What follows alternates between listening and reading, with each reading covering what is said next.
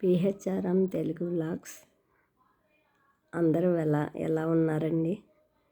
నేను బాగున్నాను. అందరూ బాగుండాలని కోరుకుంటున్నాను. వెల్కమ్ అందరికీ. ఈ వీడియోని చూసి లైక్ చేసి షేర్ చేయండి అందరికీ నచ్చినట్లయితే. సూర్యుడు ఒకరోజు బద్దకిస్తే లోకానికి వెలుగే ఉండదు. చంద్రుడు ఒకరోజు వెన్నెలను కురిపించకపోతే చల్లదనపు అనుభూతి కరువవుతుంది. వాయిదా మాటే ఎరుగని ఈ ప్రకృతిని ఆస్వాదిస్తూ కూడా జీవితాన్ని అత్యున్నత శిఖరం వైపు నడిపించవలసిన మనం మాత్రం వాయిదాలను అలవాటు పడుతూ నేరమే అవుతుంది.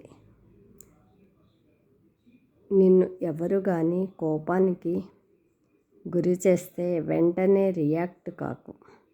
ఒకసారి గట్టిగా గాలి పీల్చుకో. 10 వరకు లెక్క పెట్టు. ఈ విషయం అంతా కోపగించుకోవలసిన అంత ముఖ్యమైనదా అని ప్రశ్నించుకో.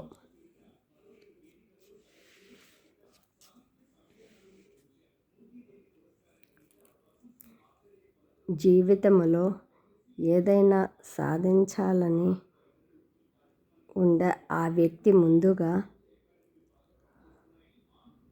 తనలోని బలహీనతలను గుర్తించాలి.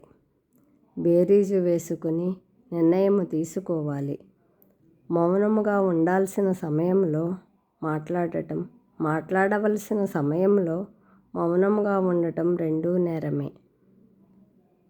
దీనులను ఆర్తులను చూడగానే నీ హృదయము ద్రవించాలి. అది నీవు అనుభవిస్తున్నట్లుగా కరిగిపోవాలి. క్రిందటి జన్మ ఉందో లేదో తెలియదు. ముందు జన్మ ఉంటుందో లేదో తెలియదు. తెలిసినదంతా ఈ జన్మలోనే. సంపాదించుకోవలసినంత సేవతో కూడిన పుణ్యాన్ని సంపాదించుకో. చిన్న పిల్లవాడు పాసు పోస్తే ముచ్చట పడతాం. అదే ముదుసలి తొందరపడితే చేదరించుకుంటాం.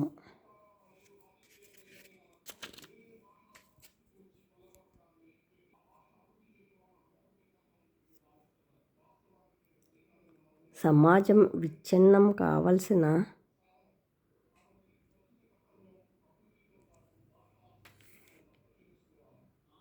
కారణం చెడ్డవారు చేసే పనులు కావు. మంచివారు ఏమీ చేయకుండా కూర్చోవడమే.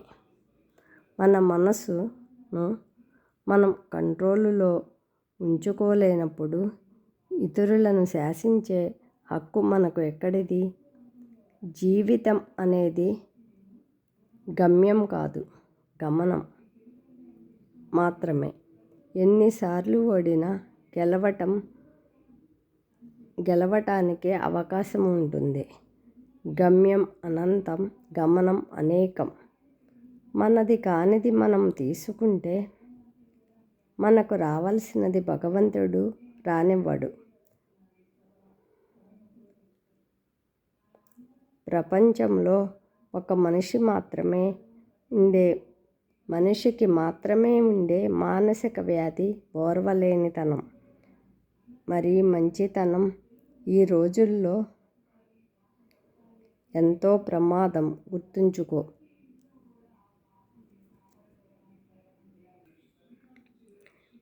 విజేత వెనక ఉండేది అదృష్టమో మంత్రదండమో కాదు, చక్కని ప్రణాళిక, కఠిన శ్రమ, అంకిత భావం. ఇవే విజయం వెనుక ఉన్న ఆలోచనలు. Thank you. ఈ వీడియో మీకు నచ్చినట్లయితే లైక్ చేసి షేర్ చేయండి. థ్యాంక్స్ అండి.